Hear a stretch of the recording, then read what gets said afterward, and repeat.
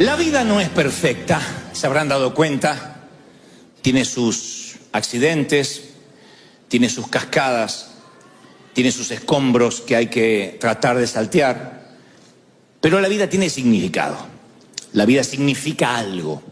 Ese es el gran juego de la existencia, encontrar el significado. Y la gente que está triste, la gente que está deprimida, no siempre tiene secretos oscuros, sino que tiene una carga abrumadora de no encontrar el significado de la vida. Cuando pierdes el significado de la vida, empiezas a ponerte triste y te puedes mudar, puedes cambiar de empleo, cambiar incluso de cónyuge, pero la nube esa oscura que está sobre ti parece que nunca se muda, como que te siguiera a todas partes, porque la tristeza, la depresión es un estado del corazón, no es una cuestión situacional. Si se arregla esto, sería feliz. No, eso es lo que pensamos. No obstante, la tristeza es una nube que se posa sobre nosotros y nos define. La depresión es un camino a través de la oscuridad. La depresión es una enfermedad devastadora del espíritu. A mi humilde criterio, es la enfermedad más corrosiva, más profunda para el alma, porque viene desde adentro, es como un tumor. Un consejero dijo alguna vez: la depresión, la tristeza sin sentido o con sentido, al cabo es tristeza igual, es una agonía permanente, día tras día, noche tras noche, a nivel casi arterial. Es una agonía que no acaba, que no te da respiro. La depresión es un parásito. La depresión es algo que te chupa, te absorbe, te quita energía. Y yo sé que estás diciendo: bueno, pero yo no elegí esta situación. No te estoy condenando. Porque la depresión o la tristeza es una condición humana que no respeta la estatura espiritual de nadie. Hace relativamente poco un pastor amigo al que conocíamos se quitó la vida. Que estoy hablando ya de lo más extremo de la depresión. Pero todos sorprendidos, su esposa, sus hijos, porque decía: ¿cómo no lo vimos venir? Se suponía que un pastor no se deprime. ¿Cómo que no? Si yo veo a los héroes de la fe deprimidos, y la lluvia cae sobre justos e injustos, y la depresión también. Veo a Moisés, escucho esta metáfora de la depresión y dice: solo no puedo soportar este pueblo, la carga es demasiado grande. Números 11:14 relata esta expresión: si esta es la manera, Dios, en que piensas tratarme, será mejor que me mates. Hazme el favor y ahórrame la miseria. Este es Moisés pidiendo que Dios lo mate. No es una licencia poética que se hacía: moriré por tu amor, Romeo o Julieta. Acá quiere que Dios lo mate. Quieren que les busque otro similar. Elías. ¿Hay alguien más tremendo que Elías entre los mortales? Sin embargo, Elías dice: basta, Señor, quítame la vida porque no soy mejor que mis abuelos. Primera de Reyes 19:4. Tocaron fondo los dos tipos. Sin embargo, Dios se reúne con ambos en el monte de la transfiguración. Los dos que tocaron fondo, en la melancolía más absoluta, se elevaron a la cima terrenal más alta que un ser humano jamás tuvo: estar a la par del Señor en el monte de la transfiguración. Moisés y Elías. Ahí están los dos potenciales suicidas. Ninguno de ellos se quitó la vida, claro, pero tuvieron ganas de que el Señor los matara, y ahí estaban validando Dios, que eran hombres de Dios, a pesar de la tristeza que atravesaron. Pero no es Moisés ni Elías el mayor ejemplo, sino Job. El libro de Job es toda una calamidad. Si lo leemos desde el primer capítulo, ninguna historia es más conmovedora que lo que se relata en Job. Desde el capítulo 1 y 2 ya nos enteramos que todo lo que poseía fue destruido y se quedó sin familia. Lo único que le quedó al principio es la esposa. Amorosa la chica. Un amor.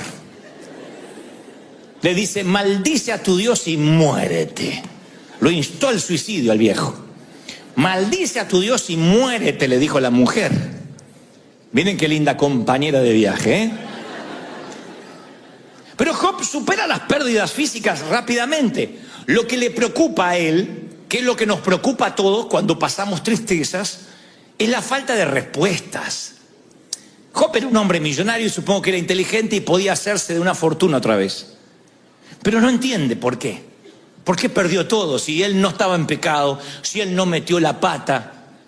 A él le molestaba no entender por qué está pasando lo que pasa, como a ti. Ese es el quid de la cuestión. Vamos al meollo de por qué estás triste. Estás triste porque no entienden por qué te pasa lo que te pasa. Dice, ¿por qué Dios no me guió cuando me casé? ¿Por qué Dios no me guió cuando fui a ese empleo? ¿Por qué Dios no me guió cuando me mudé? Desde algo trascendental como compartir la vida con alguien. ¿O por qué Dios no me dijo que esa cafetera se me iba a romper? El difunto pastor Ray Steadman escribió: pocas cosas son más difíciles que soportar el sufrimiento sin sentido. Si uno pudiera ver la razón por la que tenemos que pasar lo que pasamos, lo soportaríamos más fácilmente. Pero los problemas sin sentido son algo corrosivo para nuestro alma. Claro, sin sentido aparente. Cuando no entendemos por qué nos toca una temporada por el hospital. Uno no lo entiende. A ver, capaz que como adulto sí. Pero un niño, ¿hay explicación por la cual ver a un niño sufrir? ¿Qué hizo el niño? ¿Qué tan malo pudo ser para merecer estar confinado a una silla de ruedas, a sueros, a respiración asistida? Entonces uno cuando se pregunta ¿por qué? Y se lo pregunta muchas veces como Job, uno empieza a perder la fe.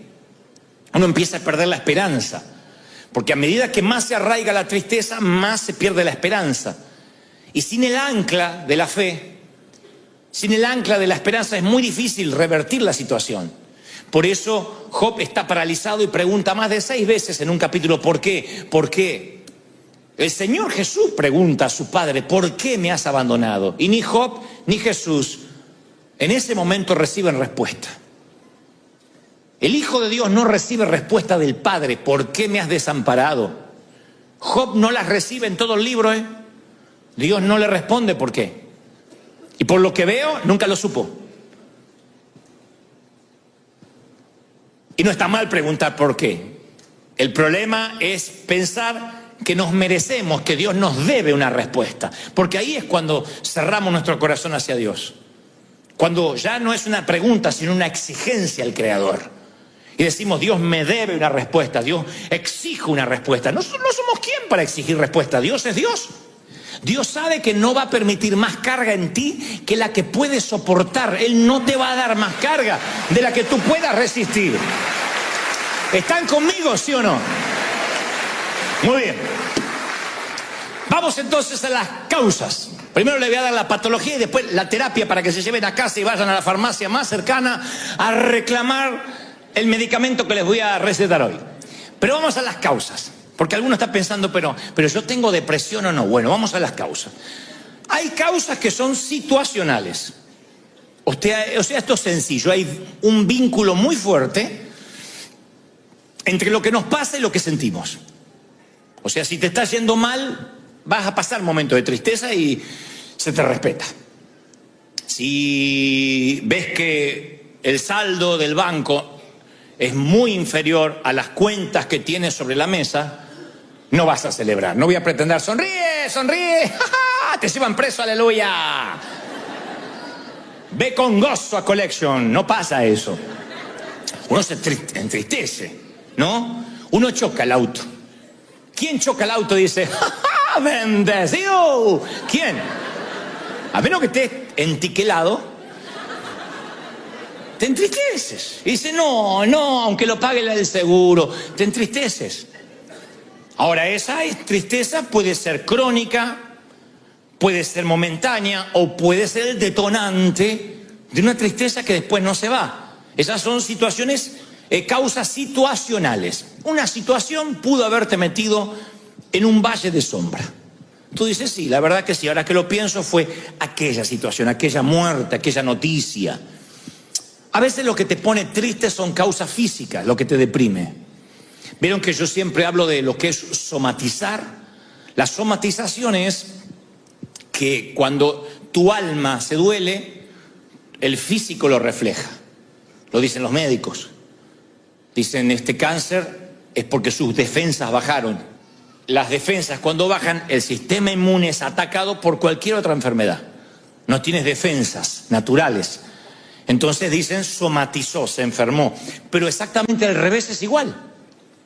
Cuando, por ejemplo, estás luchando con una enfermedad por mucho tiempo, dependes de insulina, dependes de medicamento, de diálisis, eso empieza a deprimirte. Hay gente que está triste porque está fatigado de estar enfermo. Entonces es muy probable que esto no sea una causa situacional, sino una causa física lo que te deprime. Después hay causas satánicas, claro que sí, diabólicas. Satanás ataca a Job de dos maneras: destruye la familia, las posesiones, y le llena de llagas todo su cuerpo. Ahora, ¿cuál es el blanco de Satanás? ¿Ponerle una lepra a Job? No. El blanco de Satanás es que Job empiece a dudar de la bondad de Dios. Cuando hay un ataque diabólico, lo que busca Satanás es que pierda la esperanza. Que diga, yo ya no estoy fundado en Cristo. Esto me está pasando porque Dios no me ama. Ahí valió la lepra. Pero si con lepra, si perdiendo la casa, si con crisis sigue diciendo, yo no sé cómo voy a salir de esto, pero Dios es fiel y me va a sacar, Satanás no tiene objetivo, no tiene el blanco, no lo logra. Así que tu depresión puede ser por situaciones comunes, puede ser porque estés enfermo, puede ser por un ataque diabólico o porque Dios lo permitió. ¿Permite Dios que suframos? Bueno, hay un autor que dice, a veces Dios acuesta a sus hijos en la oscuridad.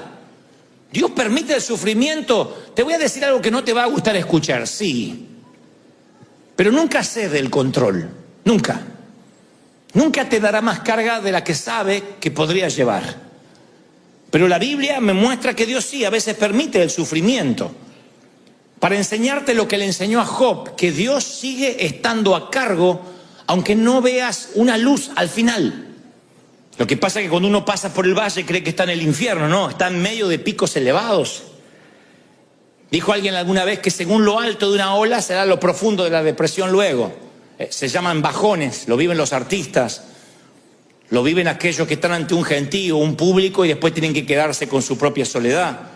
Y también lo viven los hombres de Dios, que a veces están en el pico más alto como Elías y después están deprimidos. Pero lo contrario también es real, que cuando uno va por valles, por sombras, el Señor me dice que te diga, no te preocupes, no vas a terminar ahí. Yo voy a elevarte a zonas elevadas, vas a ir a picos altos, te voy a bendecir, te voy a prosperar, te voy a levantar. ¿De verdad lo crees, sí o no? Muy bien. Ya más o menos vimos cuáles pueden ser las situaciones. Causas situacionales, físicas, ataque del diablo, permisos de Dios. Y entonces, ¿cuál es la terapia? ¿Cómo salimos de la depresión? ¿Quieren saber cómo salir de la depresión rápido, así, instantáneamente? Bueno, no hay manera instantánea de salir rápido, hay unos cuantos pasos. Hay algunos principios que son bíblicos. El primero, revela tu tristeza, sé honesto, sé honesta. Job es un modelo de transparencia. Dijo Job, yo no puedo evitar hablar, le decía a sus amigos cuando estaba triste, ¿no? Debo expresar mi angustia, mi alma tiene que quejarse. Hay un momento que uno se cansa de ponerle buena cara a todo. Y está bien que a veces digas, sí, yo estoy triste, necesito que ores por mí. Este es un hospital del alma, no tienes que fingir. Puedes decir, estoy mal, me siento triste, ora por mí. La tristeza es parte de una de las 28 temporadas de Salomón. Así que está bien decir, estoy triste. Revela tu tristeza. Hay gente que dice, no, a mí me va todo por dentro. Te tragas eso y cuando esa amargura que no sale, se queda dentro. ¿Y qué hace? Una implosión. ¿Y saben lo que es una implosión? Es un edificio que se viene abajo hasta las bases. Una explosión sobrevives de una explosión, pero de una implosión no. Entonces no te tragues. Tienes una iglesia, tienes pastores, tienes gente amiga, dile, estoy triste, orá por mí. Porque a veces no le encuentro sentido, me siento que no valgo para Dios. Entonces, primer paso, los que están anotando la receta, habla, jetón, habla. Jetón dije. Segundo, resiste tu depresión. ¿Qué es resistir? No es confesar positivamente, no tengo. Es, intencionalmente quiero salir de esta situación. El paralítico que está junto al estanque de Betesda, Jesús le dice, ¿quieres ser sano? No es una pregunta retórica. Jesús quería saber si de verdad el tipo quería ser sano o le encantaba ser paralítico. O ustedes dicen, ¿y a quién le encanta ser paralítico? Y hay gente que le encanta la autocomiseración. Hay gente que le encanta que le den. Hay gente muy necesitada en las luces de los semáforos pidiendo. Pero hay otros que le quitas el cartelito de cartón y los mandas a trabajar y se les acabó el negocio. Porque les encanta que le den, ganan más dándole que yendo a trabajar. Y hay gente que disfruta la tristeza, le encanta dar lástima y decir, no, es que yo me encanta estar así, me encanta que oren por mí, y ponen cara de borrego a punto de degollar y dice, oren por mí, estoy mal. Pero no estaba feliz, sí, pero se me fue la felicidad. ¿Quieres ser sano? ¿Quieren ser libres, sí o no? Pues una decisión. Uno tiene que decir, sí, yo quiero estar bien. Yo quiero estar sano, yo no quiero psicopatear a nadie. Porque algunos lo toman como el modo normal de vivir, un modo triste. No pueden sonreír. Porque dicen, ya me acostumbré a vivir así. Y el Señor dice, resístete, cambia la cara. Y algunos dicen, no, es que yo estoy alegre, pero no lo demuestro. Bueno, conecta las dos cosas, conecta un cablecito con la cara, porque no puede estar triste, alegre el corazón y la cara estar así. Tiene que haber algo que esté cortando ahí, un policía, la migra, algo. Sácalo. Pero que la cara demuestre que hay alegría en el corazón, que hay energía, que hay gozo. ¿Lo crees?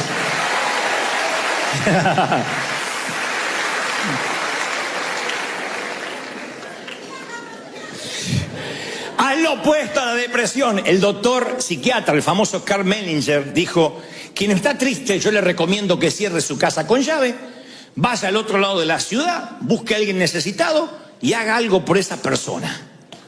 Eso te quita la tristeza. No te retires, no bajes los brazos, no te acurruques como un ovillito en la cama. No te hagas un ovillo.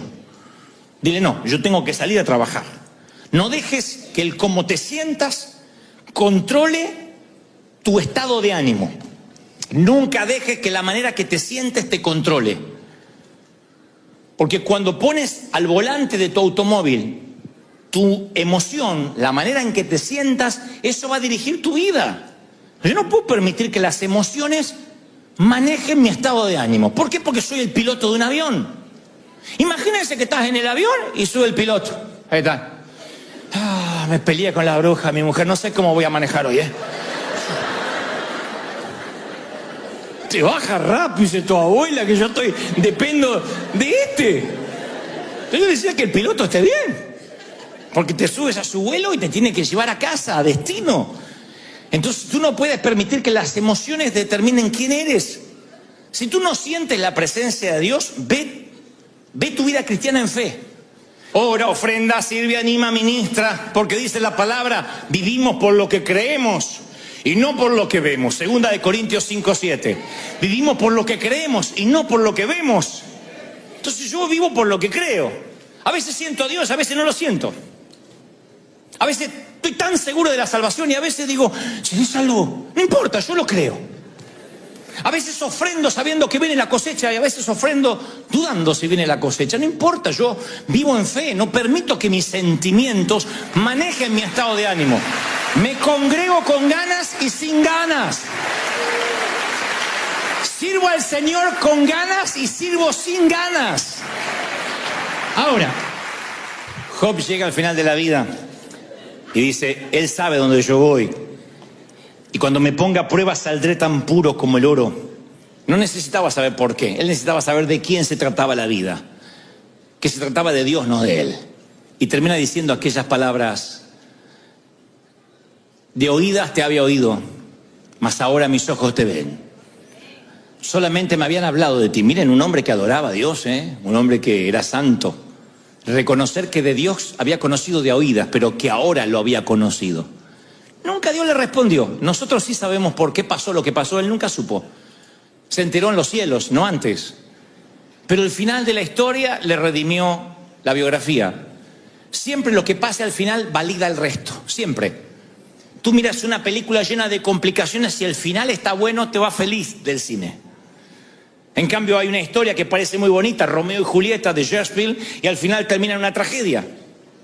Yo prefiero las otras, las que tienen muchas complicaciones, pero que al final siempre gana. Y nosotros ya hemos leído el guión, el script, el libro, y ganamos.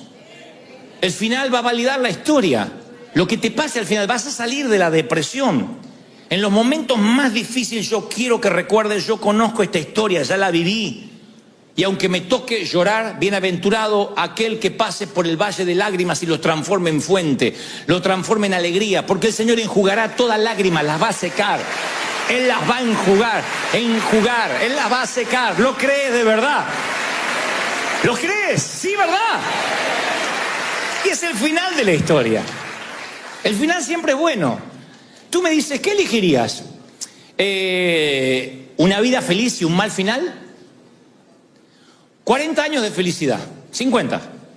Y un final desastroso, solo, triste. O al revés, una vida compleja y un final maravilloso. Entonces, ¿para qué quiere un final si no pude disfrutar la vida? Yo elijo el final. Las películas me encantan así. No importa cuánto Rocky Balboa caiga en la lona, yo siempre sé que si es una película de Rocky, él ganará el último round. Y eso es lo que valida el resto de la historia. Y a lo mejor no te fue bien en el amor, pero al final encuentras a esa persona. Capaz que no te puede dar hijos porque ya estás en tus... ¿Cómo decirlo? En la edad de la nostalgia. Pero valdrá la pena. Lo valdrá. Yo decía en el servicio anterior, piensa en un cuadro mental, un sitio, un lugar. Un lugar que te gustaría estar. Puede ser bonito, puede ser un lugar de tu infancia, puede ser un sitio en Europa, puede ser junto al Mediterráneo, en el Pacífico, al Atlántico, si te gusta el mar, en una cabaña en el hotel, la cima, en el valle, en una casita, en una renta, donde sea, pero un lugar, piensa en un lugar. Ahora ponle un clima. Si te gusta el verano, el invierno, la primavera, ponle un clima alrededor. Hay los que dicen, me gustaría el romance de la nieve o la lluvia sobre el tejado, y otros dicen, no, me encanta el verano, los pájaros trinando. No sé, imagina un sitio y luego le pones un clima. Ahora que tienes el sitio y el clima, coloca caras allí, personas o una. Y estate allí con esa persona, a lo mejor con tus hijos. Y una vez que tengas las personas, porque el hogar nunca es un sitio geográfico, es quién. Una vez que tengas a quienes, tengas el clima y el sitio, grábatelo. Escríbelo en las tablas de tu corazón, átala a tu cuello, porque ese será tu final. Ese es tu destino, ese será tu puerto deseado. Vas a llegar ahí.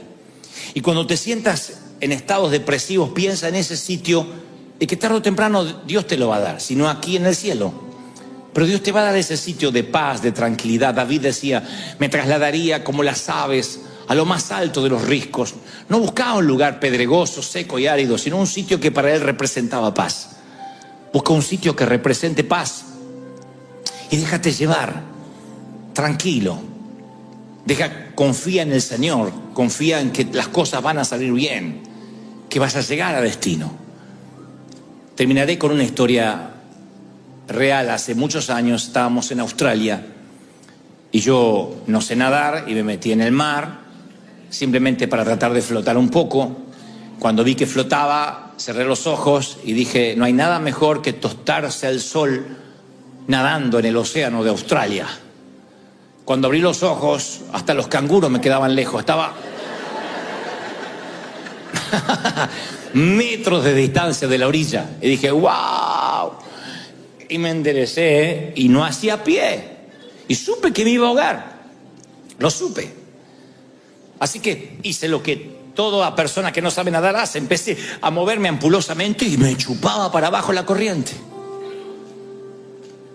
Lo conté en el primer servicio y pusieron la misma cara que ustedes. Y estoy acá, obviamente que... Estuve 3 días muerto, alabado sea Dios.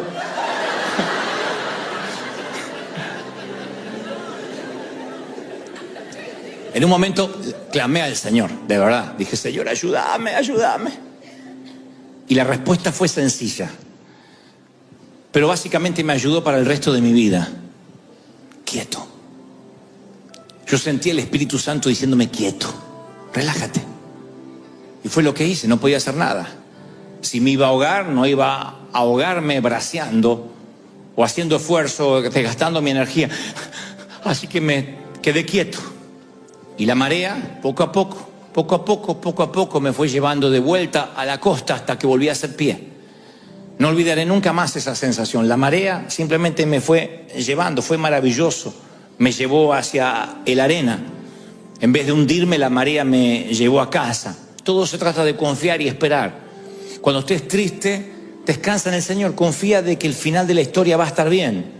Descansa y tu espíritu llegará a casa. Porque, damas y caballeros, todas las mareas del mundo conducen a Él. Todos los dolores, todos los hospitales, los panteones, los divorcios, las enfermedades, las infidelidades, las traiciones, el dolor, las metástasis, todo conduce a Dios. Todos los caminos conducen a Dios. Nada más que braceamos y peleamos. Descansa en Él, confía en Él, estate quieto y yo cuidaré de ti. Si Él cuida de las aves, cuidará también de ti. Celebra a ese Rey maravilloso que dice, confía en mí. Yo te saco adelante. Yo te bendigo. Yo estoy contigo. Más populares a la hora de predicar, pero es un modelo, Nehemías, de avivamiento. Recuerden que Nehemías es un hombre de Dios que está reconstruyendo los muros de Jerusalén, los muros de su ciudad que estaban en escombros. Él tiene un llamado especial de reconstrucción. Y ese es su ministerio, su talento, su don. Él está llevando adelante, liderando el proceso de reconstrucción del templo. Y en un momento el Señor les ordena a todos que se alegren, que haya un espíritu de gozo. Esto lo está diciendo Dios. El Señor lo dijo hace años y nos lo dice hoy, puesto que por eso están las Escrituras. Dice, id y comer grosuras, que es como decir, comer carne argentina. Comer buena carne. No, pues si no diría comer tacos. No. No dice pupusas. Dice grosuras. O sea, buena carne. Y beber vino dulce. Acá puede ser que sea un vino rosado, un Cabernet Sauvignon, no sé. Y enviad porciones a los que no tienen nada para comer. Porque día santo es a nuestro Señor. No se pongan tristes, porque el gozo del Señor es vuestra fuerza, es tu energía. Fíjense que el Señor da la fuente de energía. Y te dice cuál es. Te dice que la fuente de energía es el gozo. Es lo que te mantiene enérgico, te mantiene joven, te mantiene vital. Dice, los levitas hacían callar a todo el pueblo, diciendo, callad porque es día santo. Y el Señor decía, no, alégrense. Y todo el pueblo se fue a comer y a beber y a obsequiar porciones, repartiendo comida. Y a gozar de grande alegría, porque habían entendido la palabra que les habían enseñado. Yo leía esto ayer y decía, Señor, ¿qué es lo que me quieres decir? Aparte de la carne argentina que Dios siempre nos habla, ¿no? Y el Señor me decía, nota las órdenes que yo di a mi pueblo. Una de ellas es, comed, bebed, alegraos, dale al que no tiene de comer.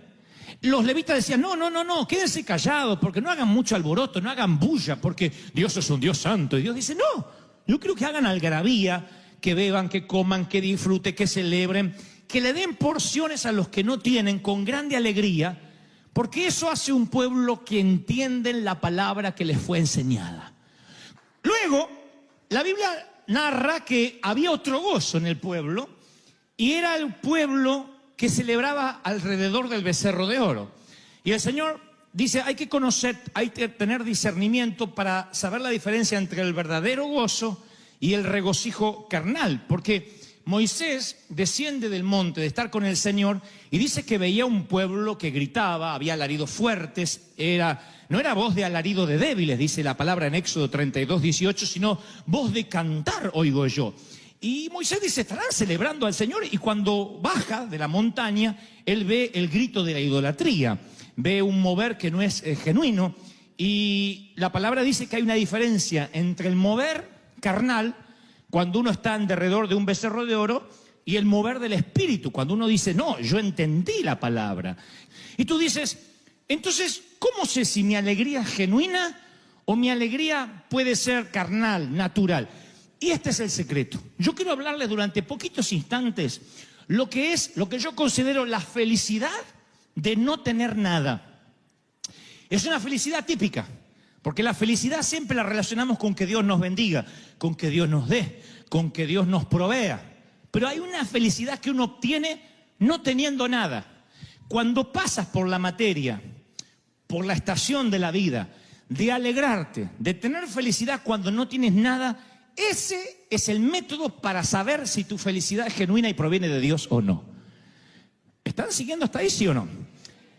Cuando Dios decide que entren a la tierra prometida, a Dios le viene un conflicto, no un conflicto, pero le viene un debate, supongo, celestial. Dice, si los bendigo y les doy la tierra que les prometí, que fluye leche y miel, lo más probable es que este pueblo olvide de donde yo lo saqué. Ustedes dirán, bueno, es que Israel era un pueblo cabezón, era un pueblo duro, necio. No, así somos los seres humanos. Tan pronto Dios nos sana, tan pronto Dios nos bendice, la alegría con el correr de los días se nos empieza a ir. Porque solo alguien que olió la muerte tiene un gozo que después no se le va. Solo alguien que estuvo en las puertas del infierno en cuanto a enfermedad, en cuanto a un accidente, a una crisis, tiene un gozo extra que antes no tenía. Y ya no se preocupa por bobadas, no se preocupa por tonterías, porque realmente sabe lo que importa en la vida. ¿Soy claro o no? Entonces, Dios dice, si yo le doy a Israel lo que les prometo todo el tiempo, lo más probable es que se olviden de dónde yo lo saqué, que pierdan ese gozo y que tengan nada más que un gozo carnal. Si hay leche, si hay miel, si hay vino, si hay carne argentina, celebramos. El día que no hay, no celebramos. Y entonces Dios tiene un método. Dice, esto es lo que van a hacer. Oigan, dice en Nehemías, por eso decía que Nehemías es un modelo de avivamiento. Presten mucha atención porque esto es magnífico. Dice, al día siguiente se reunieron las cabezas de las familias y Esdras, el escriba, para entender la palabra, la palabra de la ley. Y hallaron escrito, al leer, al predicar, que Jehová le había dicho a Moisés hace muchos años y que ya no se estaba haciendo, una costumbre que se había quedado arcaica, que ya no se hacía. Dice que Dios había mandado a Moisés que los hijos de Israel habitaran por 7 días en tabernáculos, en tiendas. Y dice la Biblia en Nehemías 8:17, y hubo una alegría muy grande. Dios le dijo, salgan de sus hipotecas, de sus apartamentos, salgan de sus casas, vengan a vivir 7 días en las tiendas, no para siempre, eran 7 días. Durante 7 días van a tener que vivir en las tiendas, como vivían sus abuelos o sus papás en el desierto. 7 días vayan a vivir a la terraza. En otras palabras, si hoy lo hiciéramos, diríamos a nuestros hijos, a ver, para no olvidarnos de dónde venimos, de los países pobres donde la mayoría venimos, los inmigrantes, para no olvidarnos lo que sufrieron nuestros padres, hijos, desconexión total de lo electrónico por 7 días. Sin celular, sin iPad, sin tablet, sin televisión, sin Netflix, nada. 7 días desconectado, sal de la recámara. ¿Y dónde voy a dormir? En ese colchón, en el terrado, en ese colchón, bajo la tienda, bajo las ramas. 7 días, de un lunes hasta el próximo domingo. Era una orden de Dios. Y te vas a alegrar mucho de no tener nada, porque dice, y hubo gran alegría. 7 días viviendo únicamente conectado con el Señor. Saliendo de la enramada, mirando el cielo y diciendo, todo lo que tenemos somos advenedizos, como dijo David. Somos extranjeros, somos mayordomo, no tenemos nada. Yo viví esa experiencia muchas veces en mi vida de encontrarme sin nada. Era un muchacho petulante, agrandado como todo argentino que no fue redimido con la sangre de Cristo. Era el gerente más joven de una compañía y me sentía el dueño del mundo, el tapón del océano, la última Coca-Cola del desierto. Y un día, ¡pac!, me despiden, me acusan injustamente y yo sentí que me quedé bajo una enramada, que no tenía nada, que mi futuro, que todo lo que yo tenía planificado se desmoronó. En muchas ocasiones me sentí así, donde dije, Señor, ¿y ahora qué? Y siempre pensé que cuando a uno le pasan esas cosas que te arruinan, se te arruina el crédito, que te cierran la cuenta bancaria, que te dicen que tienes que abandonar tu casa, siempre pensé que esas son las pruebas y las luchas, la cual merece que estés triste. ¿Cómo no voy a estar triste si estoy por perder mi casa, decimos? ¿Y cómo que celebre? ¿De dónde voy a tener fuerza para celebrar si me dijeron que tengo cáncer? ¿Dónde voy a sacar fuerza para alegrarme si me quedé sin nada? Como decían los abuelos de antes, una mano atrás y una adelante. Nada. ¿Cómo voy a alegrarme si estoy viviendo en una habitación prestada, en un garage, en el estudio de alguien más y tengo que compartir el baño? No me digan que celebre. Sin embargo, el Señor dice, y te alegrarás por no tener nada, por vivir en posadas. No eran 7 días de tristeza, eran 7 días de júbilo y alegría. Y os regocijaréis delante de Dios por 7 días. Levítico 23:40. 7 días celebrarás de no tener nada. Celebrarás fiesta solemne a Dios en el lugar que Dios te da. Porque así te bendijo Jehová en todos los frutos y en la obra de tus manos. Y dice Deuteronomio 16:15. Y estarás verdaderamente alegre. Verdaderamente alegre. Mi papá, descendiente de alemanes, alemán, él decía que rentar casa es tirar la plata. Puede ser una filosofía de vida, no la voy a discutir acá. Yo creo que si Dios te da dinero para pagar la renta, es tuyo. Un título de propiedad no te hace más o menos rico. Todos queremos tener casa propia, sí. Pero mientras tanto, en alguna eventualidad de la vida, o gran parte de la vida, te toca rentar, vivir de prestado, mientras tenga techo y comida y Dios te abastezca, alégrate por el maná diario. ¿Sí? Yo soy un hombre que siempre te va a alentar a tener lo tuyo, a prosperar, a que te vaya bien. No me gusta la vagancia de decir, bueno, no importa si no tienes nada. No, tenemos que progresar, tenemos que ir de victoria en victoria. Pero cuando esas victorias atentan a la memoria y te hacen olvidar quién eras cuando no tenías a Dios, es una de las cosas más peligrosas que nos puede pasar. Y por eso, en términos espirituales, Dios a veces nos quita de esa comodidad y nos lleva a vivir a tabernáculos en la azotea, en enramadas. Y son tiempos de mesetas que nos hacen reflexionar. Nadie reflexiona mejor que entre las paredes de un hospital. Nadie reflexiona mejor que recorriendo la grama de un cementerio. Es allí cuando nos empezamos a cuestionar cosas de la vida. Si no, el tedio, la rutina, nos envuelve de manera tal que nos olvidamos por qué estamos viviendo. Trabajamos, pagamos deuda, trabajamos, pagamos deuda, vamos de vacaciones y después necesitamos vacaciones para recuperarnos del cansancio de las vacaciones, porque venimos más cansados que cuando nos fuimos. ¿Por qué? Porque de pronto el tedio de la prosperidad nos hace olvidar lo que realmente vale la pena. Dice la palabra que los 7 días de la azotea o de estar bajo una enramada tipificaban 70 años del lapso de la vida humana. Era el método de Dios para recordarles a todos que la vida es temporal. Y conforme ellos iban mirando la enramada y veían que las ramas se marchitaban, eso los hacía pensar en el deterioro de la vida, de la salud, de la fortaleza.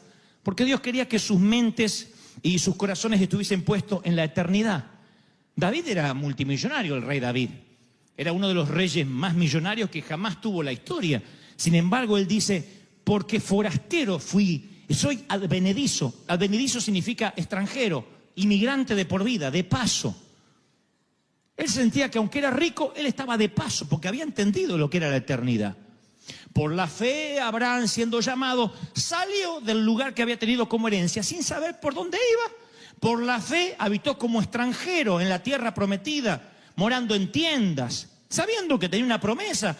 Pero por la fe murieron estos sin haber recibido nada, solamente mirándolo de lejos, creyéndolo, saludándolo, confesándolo. No nos olvidemos que los profetas se murieron creyendo que Cristo iba a venir, que venía un Mesías. Nosotros hoy miramos la cruz para atrás. El Mesías vino, murió y resucitó.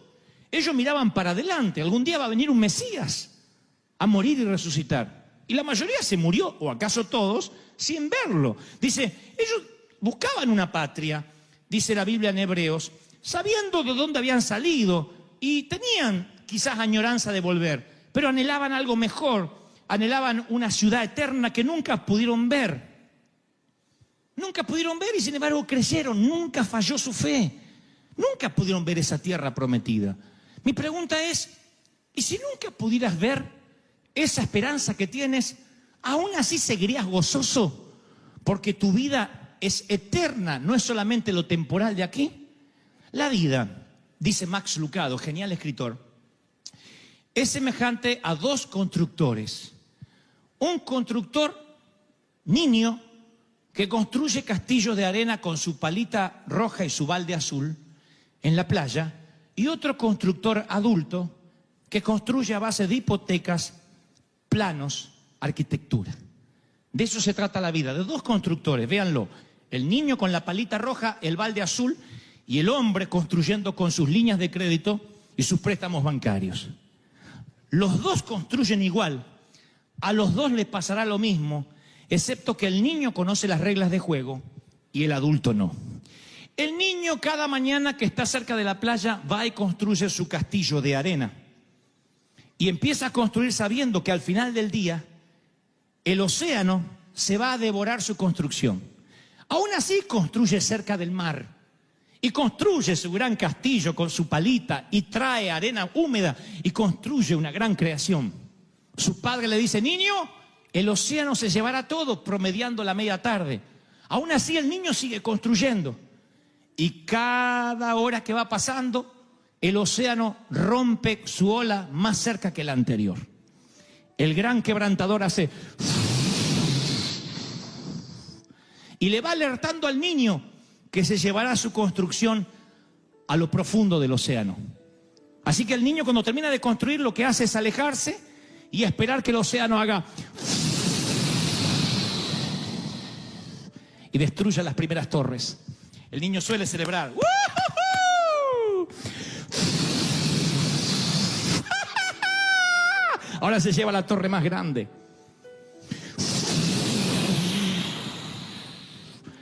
Finalmente el gran océano se lleva todo lo que al niño le tardó 5 o 6 horas, toda una mañana.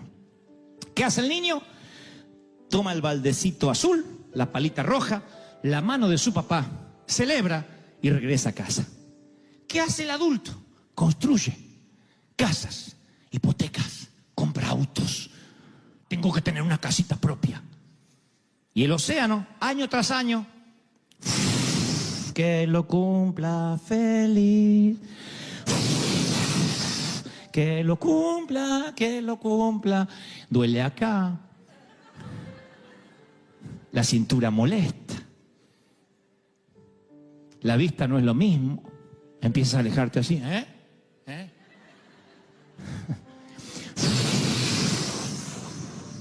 La vejez nunca llega sin avisar. La vejez es digna. Avisa año tras año y te dice, el océano se llevará todo lo que estás construyendo. Y eso no es para deprimirte. Eso es para saber que nada te pertenece. ¿Qué hace el adulto cuando finalmente el océano hace... Señor, tiene cáncer? Queda con puñados de arena mojada, maldiciendo el océano. ¿Por qué? Porque no sabía la regla de juego. Porque como el niño debiste haber aprendido que el océano se llevará todo lo que construyas. Eso es la vida. ¿Qué es la vida? Como neblina que aparece por la mañana y se disipa por la tarde. Eso es la vida, la hierba, que crece y luego desaparece. Esto yo lo hablo en los funerales, porque hay un montón de gente que me mira como diciendo, ¿por qué a mí? ¿Por qué a él? ¿Por qué a nosotros? Habiendo tanta gente, ¿por qué hoy estamos en un funeral? Y yo les explico, nunca nadie te dijo que serías eterno en esta tierra. Desde que naces es un camino hacia la tumba. Entonces, si nos hacemos torpes, insisto, y nos olvidamos lo que tenemos, que es la vida, que es el día a día, ¿qué hace el Señor para que nuestra memoria no sea tan frágil? dice, de tanto en tanto vas a vivir en la azotea 7 días. Tal vez no sean 7 días, tal vez llevas 3 meses endeudado. Tal vez lleves 1 año que no puedes salir de ese pozo. Tal vez lleve 2 años y a veces decimos, Satanás me está atacando. ¿No será que Dios permite algunas cosas para refrescarte la memoria y no te olvides que su orden es, y cuando no tengas nada, alégrate, pero regocíjate en serio, porque yo soy el Dios que te proveyó, te provee y te va a proveer? Alguien tiene que decir amén. Y si Dios te mandara a vivir en chozas por 7 días, por 2 meses, porque Él sabe el peligro que se encuentran sus hijos cuando son siempre bendecidos. Él sabe que si nos consiente mucho, nos seducimos por el mundo y nos olvidamos de dónde Dios nos sacó. Hay un cántico de Moisés que predice la apostasía del pueblo de Dios una vez que prospera. Dice, pero el pueblo de Dios engordó. Está hablando en términos metafóricos, nadie se sienta mal. Y tiró patadas, coces, y se volvió incontrolable. Engordaste, dice una versión, te cubriste de grasa, Israel, y abandonaste a Dios y menospreciaste la roca de la salvación. Deuteronomio 32:15. Qué feo cuando Dios dice, te llenaste de grasa y te olvidaste del Dios que te mataba el hambre en el desierto. ¿Y saben qué hizo Dios con Israel? Nunca les entregó el título de propiedad. Nunca. Dice, porque Dios le promete a Israel darle la tierra de Canaán, pero nunca le entregó la titularidad. Se los prestó. Porque le dice Dios en Levítico 25:23, una de las leyes, la tierra no se venderá nunca, porque mía es. Vosotros sois extranjeros y forasteros. Solamente podían vender la cosecha. Dios dijo, la tierra es mía. Qué increíble. No sé si ustedes habrían prestado atención a esto, pero digo, qué increíble que Dios le promete una tierra que fluye leche y miel, y finalmente llega a la conclusión, dice, ustedes no la van a vender nunca porque la tierra es mía. Esa promesa, creo, esa palabra, ese mandamiento no ha cambiado hoy. Dios dice, yo te voy a dar una compañía, pero la compañía es mía. Yo te voy a dar un matrimonio, pero el matrimonio es mío. Yo te voy a dar hijos, pero los hijos son míos. Entonces el Señor me dice que te diga que el problema no fue lo que te pasó en el banco, o con el empleo, o con las deudas. El problema es cómo reaccionaste cuando eso te pasó. Y el Señor me dice que te diga que no le gustó cómo reaccionaste. Porque tomaste los puñados de arena. ¿Por qué? Y Dios dice, ¿qué obligación yo tengo de prosperarte y bendecirte? ¿Qué? ¿Dejas de adorarme? ¿Tu gozo depende de eso? ¿Del castillito de arena? ¿Pensaste que te ibas a llevar algo? A esta edad, dicen algunos, no puedo volver a empezar. ¿Y por qué no? ¿Sabe la edad que tenía Abraham cuando Dios le dijo, deja todo y sígueme por fe donde yo te voy a decir? ¿Cómo le explica eso a la esposa de uno? No sé cuántos están casados, pero ¿cómo uno le explica eso a la mujer? Dios me habló anoche y nos tenemos que ir. ¿A dónde, viejo? Abraham dice, no sé. Dios me dijo que dejemos todo y que nos vayamos, que Él nos va a bendecir. Miren qué grado de fe. Con razón Abraham es un héroe de la fe.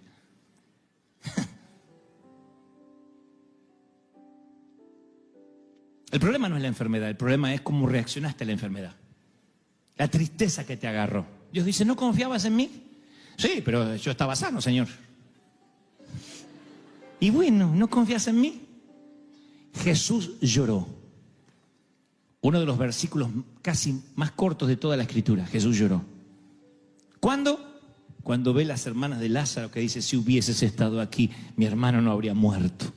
Siempre me pregunté si Jesús lloraba por su amigo, ¿por qué lloraría por alguien que sabe que va a resucitar en los próximos minutos? Yo me alegraría, diría, tranquilo, va a resucitar. Llora porque no puede creer que estas muchachas que convivieron con él, que él les contó de los milagros, ahora están dudando. Ahora están diciendo, si hubiese estado aquí, maldiciendo con los puñados de arena. Jesús lloró. Jesús llora cuando ve tu incredulidad. Dice, sigue confiando en mí.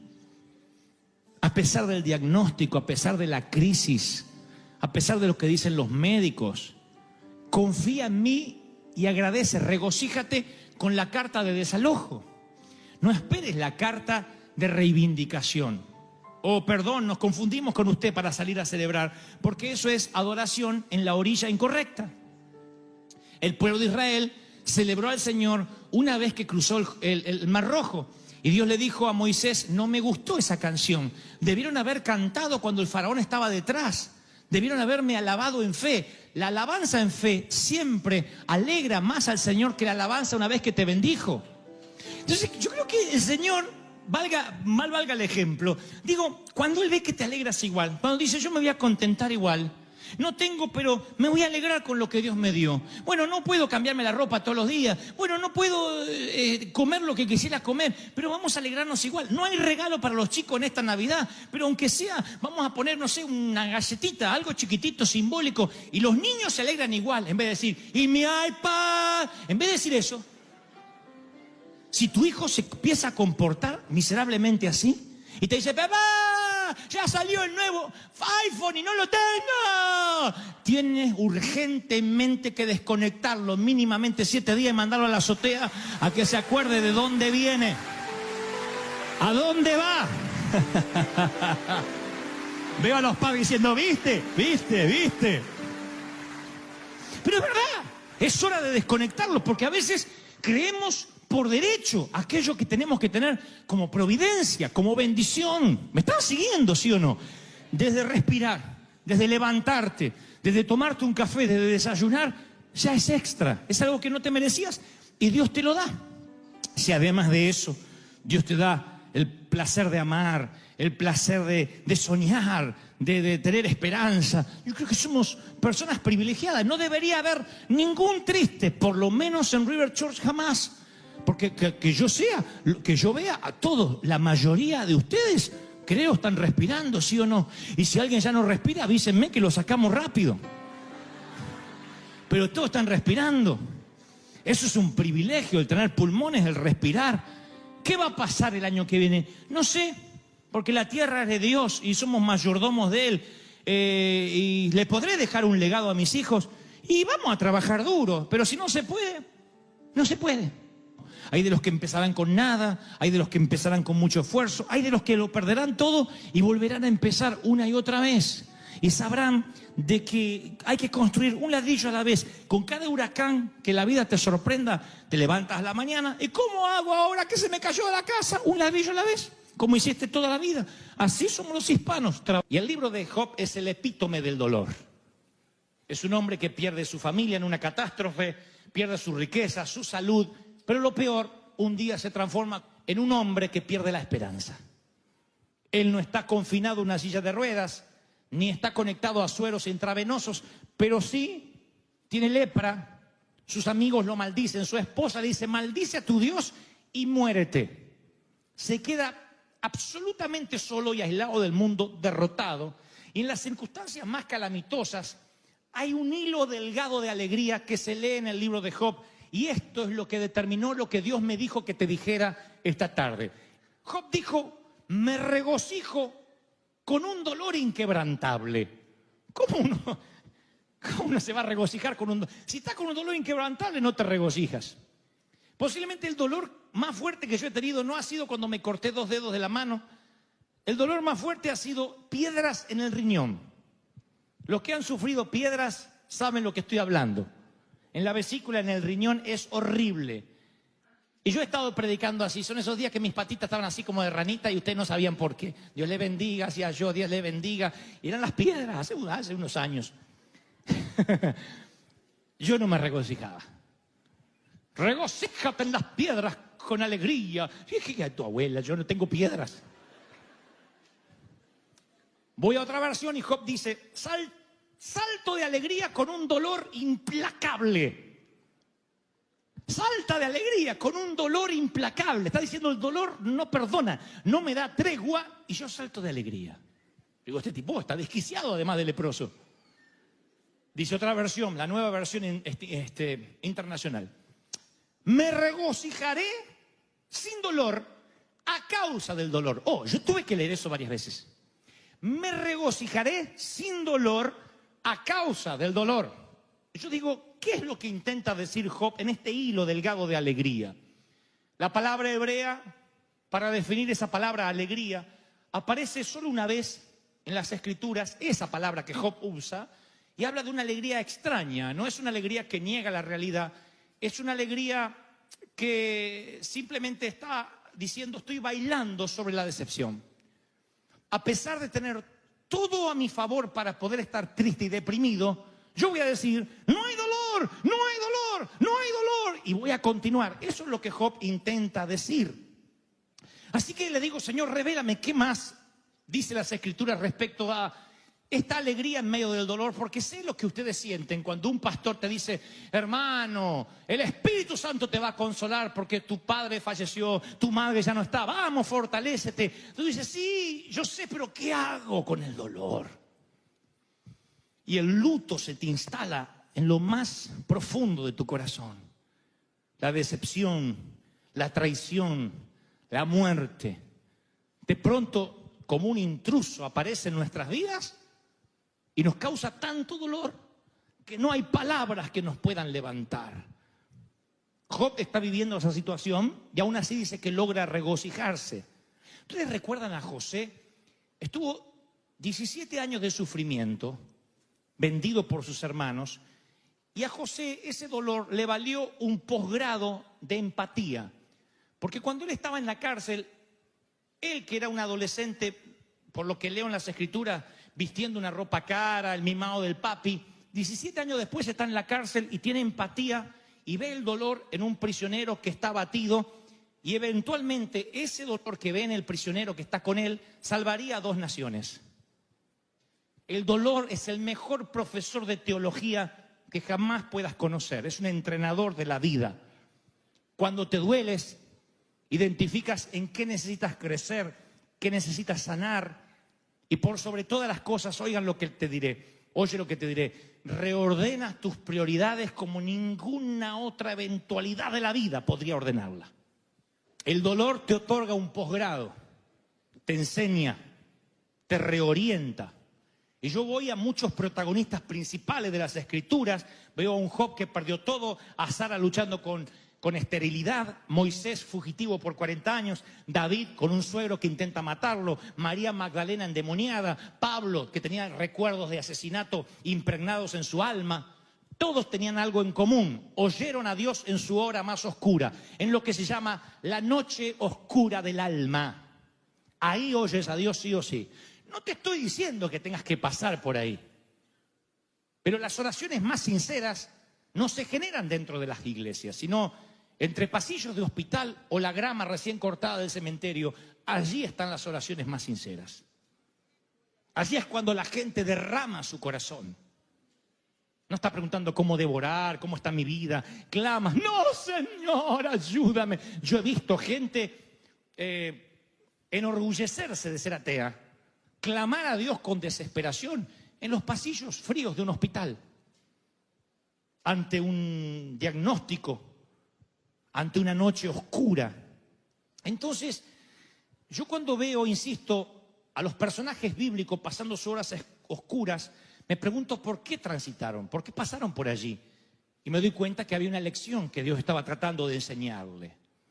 Y el mismo Dios que le da lecciones a Jonás, estando en el vientre del infierno o en el vientre de un pez, es el mismo Dios que a lo mejor quiere hablarnos y no sabe cómo llamar nuestra atención. Porque tú puedes ignorar una puerta abierta, ignorar un sueño, ignorar la prédica del pastor, ignorar lo que Dios te está diciendo, susurrando, pero no puedes ignorar el dolor, ¿verdad? No lo puedes ignorar. Tú no puedes ignorar un dolor en los huesos, un dolor en el vientre, un estómago inflamado, dolores en los huesos. Tú no puedes ignorar la fiebre, no la puedes ignorar. Está allí y dices, ¡ay! Hasta me afecta el carácter. Y Dios usará todos los métodos posibles. No digo que Él generará el dolor, pero sí lo utilizará para llamar nuestra atención. Dios quizás tenga que sacarte de un comportamiento adictivo, tenga que sacarte de una situación adversa. Hay gente que está en una relación abusiva y no puede salir de esa relación abusiva con un marido golpeador si no pasa por el dolor. No digo que la tengan que golpear, digo el dolor del alma. Si no pasa por el dolor y tiene un confrontamiento con la parte más oscura de lo que está viviendo, a lo mejor no sale más de una relación viciosa. Otros, a lo mejor, si no hubiese sido por el dolor, no estarían aquí, en los Estados Unidos de América. El dolor le hizo a algunos cruzar las fronteras. el hambre, la necesidad, un futuro mejor, escapar de la inseguridad, lo que sea. Pero en algún momento de la vida el dolor fue un catalizador. Fue aquello que nos llevó a un nuevo nivel, porque sentimos que teníamos que hacer algo. Sentimos, palabras a las cuales los religiosos le tienen fobia. No, yo no siento, eso es de la carne. Estamos hechos de cuerpo, alma y espíritu. Acá no hay espíritus sentados. Tenemos todo cuerpo. Y sentimos. Cuando Dios te da el placer de sentir, es un regalo que incluye placer como dolor. Vas a sentir. Amar duele. Predicar duele, lleva sacrificio. El dar duele. Hay muchas cosas que duelen. ¿Quién nos dijo que la vida no duele? La vida duele, crecer duele. El bullying duele. Yo muchas veces he dicho, Señor, hazme de un carácter más fuerte, haz que pueda soportar. ¿Qué hace Dios? Manda más gente que me ataque, para que me haga fuerte. Si tú le dices al Señor, Señor, ayúdame a sanar mi estima, va a mandarte gente que te haga bullying, aunque tengas 30, 40 años. Que te ignore, que te dé vuelta la cara, que te insulte, que hable mal de ti, porque tú lo pediste, hazme fuerte. Y para que Dios te haga fuerte, no te quita la adversidad, la aumenta. Entonces, tu manera para resistir y que tu carácter se empiece a formar en Dios es justamente catalizándola a través del dolor. No se habla mucho esto en las congregaciones porque pensamos que esto afloja a la gente, la desinfla. Yo pienso diametralmente opuesto, yo pienso que alienta. Porque ahora mismo estás pensando, yo pensé que era el único menso que sufría, pero mira todos los que hay acá conmigo, incluyendo a Dante. Todo el mundo ha sufrido, todo el mundo le duele y se puede salir adelante. Alguien tiene que decir, ese es mi Dios. ¡Aleluya! El versículo más corto, uno de los más cortos de las Escrituras es Jesús lloró. Así que yo veo un Cristo familiarizado con el dolor. Ahora, he aquí lo que yo quiero transmitirte de parte de Dios. Pablo, dice el apóstol, yo he aprendido a contentarme. No se olviden esta palabra, aprendió. Aprendió a ser feliz. Yo no sabía que la felicidad era una habilidad aprendida. Yo pensé que la felicidad era una situación. Él dice, sé vivir humildemente, sé tener abundancia. ¿Cómo se vive? ¿Cómo es que sabe vivir humildemente? Si eres humilde, vives y se acabó. Yo no sé si sabía vivir en pobreza. Yo sabía que nosotros comíamos salteado. Que poníamos un huevo así y se partía al medio y para donde se dividía agarraban los hermanos y el otro se quedaba mirando. Era un juego. ¿Quién agarra el huevo? ¿Qué voy a saber vivir? Ahora Pablo dice, yo sé vivir en abundancia también. Hay que aprender para vivir en abundancia. ¿Quién necesita ir al colegio para ser rico? Hermano, quiero donarte hoy $100,000. No, hermano, deja que aprenda primero. Todo el mundo tiene idea de cómo gastar. Casi por instinto. Sin embargo, Pablo dice, no, yo tuve que aprender a tener mucho. Tuve que aprender. No te pongas alegre que los $100,000 es una metáfora, no voy a regalarlo a nadie. Tuve que aprender a ser pobre. Aprendió a contentarse. Pablo implica que el contentamiento, ahora resulta que no era el resultado de la circunstancia, es el resultado de un estilo de vida intencionado. Ahí es cuando vuelvo a Job y entiendo, en el medio del dolor me regocijaré sin dolor. A propósito, me voy a reír aunque no tenga ganas y parezca estreñido de vientre allí. A propósito. ¿Y qué gano con esto? Bueno, como aquel que tiene que aprender a tocar el teclado y tiene que aprender las notas más básicas y empieza y dice la escala. Y uno quiere tocar un concierto, no, la escala, en todo. Si no volaste un simulador, no te dejan pilotear un avión real con pasajeros a bordo. Entonces yo creo que cuando uno dice yo voy a ser feliz de manera intencionada, es una manera de decir, Señor, aunque no entienda el dolor y lo que es más profundo, aunque el dolor no se me haya ido, yo voy a estar alegre. Regocíjate, oh hija de Sión, aquella que todavía no dio a luz. Le está diciendo a una mujer estéril, empieza a celebrar porque porque vas a extender las estacas de tu tienda de los hijos que te voy a dar. Ahora, claro, uno lo lee completo y dice, pero qué lindo, ¿cómo no voy a celebrar? Pero todavía no pasó nada, a lo mejor ni marido tiene la pobre condenada. A lo mejor está sola, no tiene ni se enamoró y Dios le dice, celebra por los hijos que vas a tener. Y ella dice, pero mándame un marido, aunque sea. Pero le dice, celebra, es una, como digo siempre, una orden al mundo de las emociones. Celebra, sonríe. Porque si vienes a adorar a Dios y tu estado anímico depende de cómo te está yendo, no es adoración a Dios, es una adoración ególatra. Depende de cómo te va, adoras, y entonces no es una adoración genuina. Dios dice, tú me vas a adorar por lo que yo soy. No dejes que tus imperfecciones opaquen la perfección de Dios por la que deberíamos adorar. Tú tienes y yo tengo que adorar a Dios, aunque me vaya mal. Y yo sí, ¿qué gana voy a tener de adorar a Dios? Y Dios dice, ¿que entonces me adorás cuando te va bien? Dios no prostituye su bendición. Dios no necesita que tú le adores porque Él te da un beneficio. Dios dice, tú vas a adorarme por lo que yo soy. Así estés leproso o seas millonario, tengas un montón de hijos o seas estéril, pases por valle de sombra o de muerte, o estés viviendo en un palacete de madera aristocrática, aún así tú me vas a adorar por lo que yo soy, no por lo que te doy. Esa es la adoración pura. Y esa adoración pura se descubre en el dolor, en la escasez, en lo que te falta. ¿Estoy siendo claro en lo que Dios está hablando, sí o no? Ahora, entonces, insisto con esta idea. ¿Qué es el contentamiento? No es ausencia de dolor. Porque vivimos en un mundo imperfecto, con gente imperfecta como tú y como yo. Amén, dijo una imperfecta. Gloria a Dios. Algunos dicen, yo. Sí, están los imperfectos, los perfectos y los hipócritas. Pero todos están en el mismo sitio. Y en un mundo tan imperfecto, con gente como tú o como yo, tú tienes que entender que el dolor no edifica el carácter. Los problemas es mentira. Este dolor te va a edificar el carácter. No, los problemas y el dolor revelan el carácter. ¿Han escuchado la frase, era una buena persona pero ganó tanta plata y ahora cambió? Mentira, siempre fue mala persona, lo que pasa es que no tenía plata para mostrarlo. ¿O no? No cambia la esencia, nunca. Entonces los problemas y el dolor, ¿qué hacen? Edifican el carácter. ¿Cómo te va a edificar el dolor? A mí las piedras en el riñón no me edificó nada. ¿Qué hicieron las piedras en mí? Revelaron mi carácter. Me enseñaron a seguir predicando, a no correrme del lugar, a no decir, bueno, me tomo unas vacaciones, falto, a honrar el compromiso que hice con el Señor.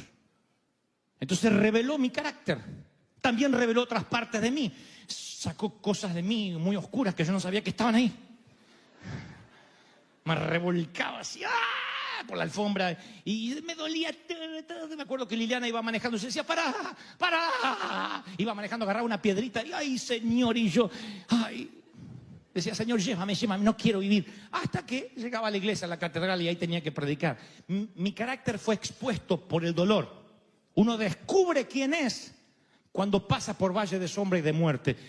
Tú tienes que decidir qué hacer con esos descubrimientos. Puedes reaccionar con ira, con desaliento, con negación, y no vas a poder reconstruir nada. O dices, wow, mira todo lo que Dios tiene que hacer conmigo.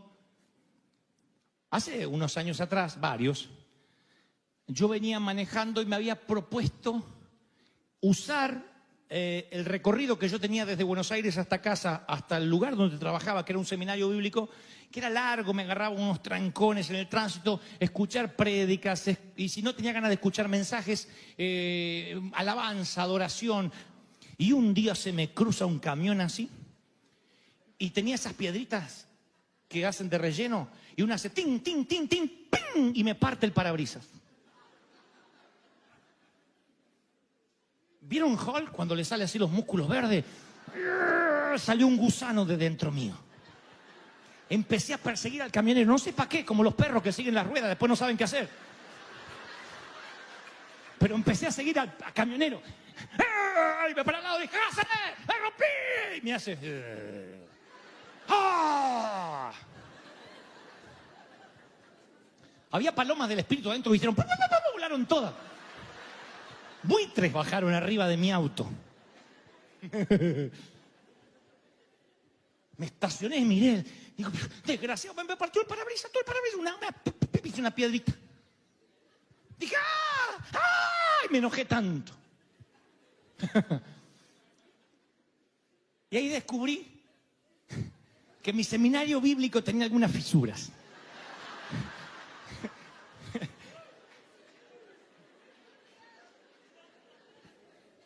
¿Cuándo se revela el carácter? En situaciones extremas. No cuando todo va bien. Entonces uno tiene que aprender del dolor a ver quiénes somos nosotros en el dolor, cómo reaccionamos. Eso es lo que dice Pablo. Tuve que aprender a vivir en escasez, en abundancia. Pablo le escribiría luego a la iglesia de Tesalónica y le diría, den gracias por todo. Y uno dice, bueno, sí, yo doy gracias por todo. No, pues yo no di gracias por el camionero, yo lo quería matar. Digo, Señor, si yo lo mato, está bien, porque tocó el parabrisas de un siervo de Dios. ¿No? Bueno, es lo que yo pensé. Den gracias en todo porque la voluntad de Dios en Cristo Jesús es para con todos ustedes. Pablo está diciendo, no le den gracias a Dios por los regalos perfectos, también por los regalos imperfectos que llegan sin invitación, por las piedras en los parabrisas, por las piedras en los riñones o las piedras donde te toque. ¿Recuerda los hijos imperfectos que tienes?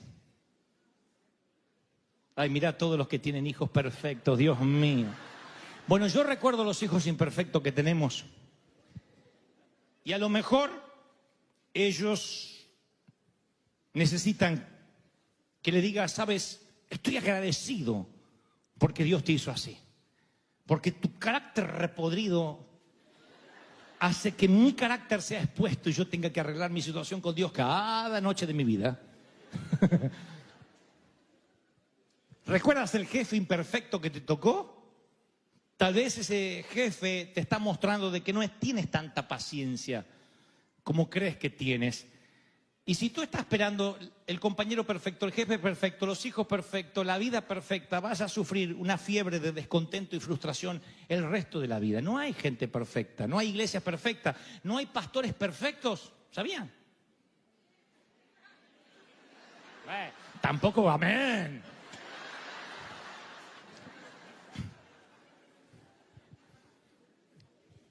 La felicidad y el contentamiento es una actitud de vida. Y Pablo dijo, tú tienes que alegrarte por todo. Y tú dices, bueno, pero Pablo no sabe en el matrimonio en el que estoy. Pablo no sabía el niño que me tocó. Pablo no sabe que yo paso por dolores crónicos. ¿Qué sabe Pablo de mi sufrimiento? Todo lo que Pablo escribió, posiblemente lo hizo entre cadenas. Eran los tiempos que él tenía de sosiego para decir, voy a escribir cartas porque no me queda otra cosa. Estoy preso y en cadenas. Pablo no era un aristócrata que se iba a una cabaña frente al océano a escribir un libro, ¿eh? Y Pablo dijo, no os afanéis, porque el Señor dijo, no os afanéis diciendo qué comeremos, qué beberemos, qué vestiremos. Esto lo dice el Señor Jesucristo. Porque vuestro Padre sabe que tenéis necesidad de todas estas cosas. Busquen primeramente el reino de Dios y todo lo demás será añadido. Jesús dice, como Pablo, el contentamiento es el producto de una vida enfocada en Dios.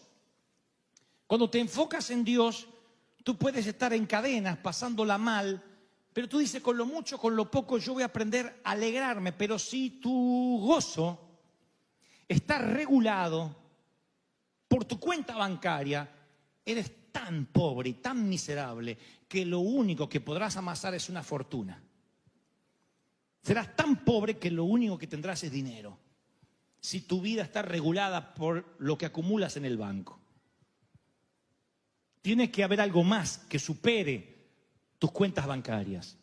Si tu gozo y tu alegría está por un sitio donde vives, por un lugar donde vacacionas, no sé, por dinero que tengas, insisto, por un yate que puedas amarrar a tu costa, entonces eres miserable. Porque algún día el yate no lo tendrás, el dinero se arrumbrará, todo por la ley de entropía se arruinará y tú quedarás miserable, pobre, ciego y desnudo, como el Señor diría que estamos. ¿Aún así te vas a alegrar? Claro, porque tu alegría no depende de lo que tienes. Es más, más, hay gente que dice, yo soy feliz porque viajo liviano. Pablo diría que la buena carrera es despojarse del peso. Él dice, ningún corredor sale a correr con peso. Tú no sales a correr una maratón con tacos altos, con un bolso, con un paraguas, porque no puedes correr. Y él dice, despojándome de todo peso. ¿Qué significa? Que rico no es el que más tiene, sino el que menos necesita. Ese es el rico. Rico es el que dice, no hay para comer, no importa, vamos a comer taco a lo pobre. O burrito, o lo que sea, vamos a hacer unos tacos con queso. Listo. No hay queso. Bueno, vamos a comer tortillas sola. Vamos a imaginarle el sabor. Y es feliz. Y otro a lo mejor se pone mal porque no le pusieron los cubiertos que él quiere comer, porque la carne no está a punto, y vive amargado. Lo que trato de decir es que tu contentamiento tiene que estar por encima del dolor, y si pierdes ese contentamiento, entonces Dios hará que transites el dolor para que entiendas a los que sufren, para que llores, aunque seas Cristo, por el Lázaro que está dentro de la tumba, para que tengas dolor, para que te conmuevas. Los predicadores que hablamos de gracia, no es porque somos libertinos, no es porque somos pecadores. Lo que hablamos de gracia es porque hemos sufrido, porque entendemos tu dolor, porque sabemos que no es fácil, porque la vida cristiana no es un paseo por el parque, porque esto es una batalla diaria. Cuesta ser santo, ¿cómo no va a costar? Por eso tenemos la gracia de Dios para darnos una ducha de gracia todos los días. Cuesta tener un carácter agradable a Dios, ¿cómo no va a costar? La vida cuesta, y estás en una iglesia donde te entendemos, donde te